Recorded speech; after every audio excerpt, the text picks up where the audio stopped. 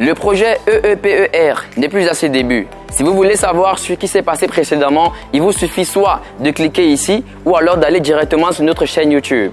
Toujours dans un objectif de digitalisation du processus de fabrication des matériaux locaux, le consortium formé par 3 instituts, à savoir l'École nationale supérieure polytechnique de Yaoundé, l'AMI Promalo et l'Université de Bangui, a organisé une conférence ici même à l'AMI Promalo où je me trouve, mais cette fois-ci axée sur l'impression 3D. Pour en savoir davantage, suivez ce reportage.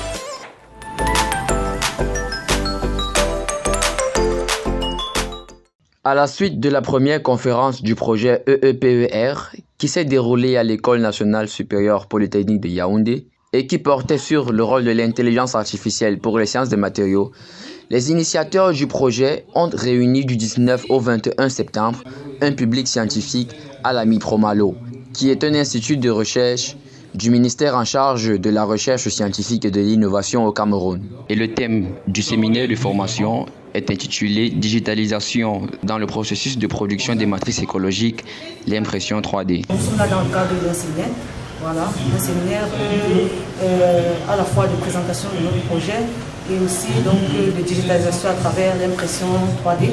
On en aura un autre en novembre qui sera un peu inclus, n'est-ce pas, dans une conférence CRA qui aura lieu ici même à Malo en novembre 2023. Et nous aurons aussi un autre séminaire vraiment en 2024 pour la présentation des résultats obtenus dans le cadre de ce projet. EEPR est un micro-projet du programme PREGNAC, voilà, subventionné par l'Union européenne. Donc c'est l'un de ces micro-projets, c'est-à-dire EEPR est comme un bénéficiaire en fait de cette offre-là. Et c'est un programme qui s'étend sur 1 an, probablement renouvelable. Cette fois-ci, après la présentation du projet, formé par le consortium de l'École nationale supérieure polytechnique de Yaoundé, l'AMI Promalo et l'Université de Bangui, le public a eu affaire à un autre élément indispensable pour développer les matériaux durables, l'impression 3D.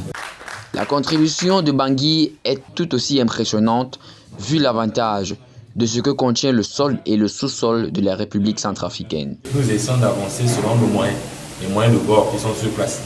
Et c'est une partie des travaux de ce que nous avons réalisé, que j'avais présenté dans le cadre des formulations latérites avec des concassés qui sont utilisés pour la construction des rues. Par la suite, le public a eu l'occasion de voir l'imprimante 3D en action à l'AMI Promalo. La plupart des imprimantes 3D sont basées sur des robots cartésiens. Donc un robot cartésien, c'est un robot qui se déplace, sur 3 axes.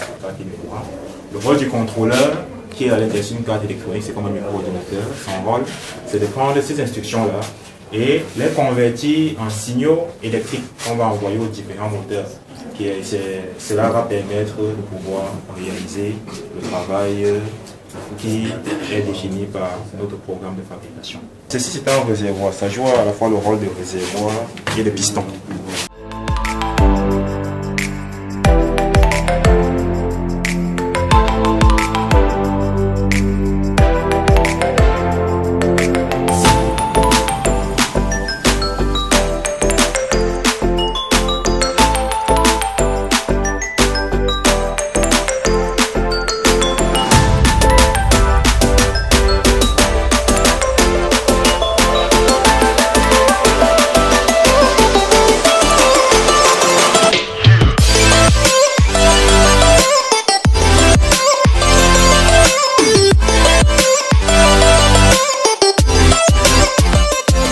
Aux étapes à venir de ce projet, telles que l'étude des propriétés des matériaux produits et leur utilisation dans le génie civil, affaire à suivre.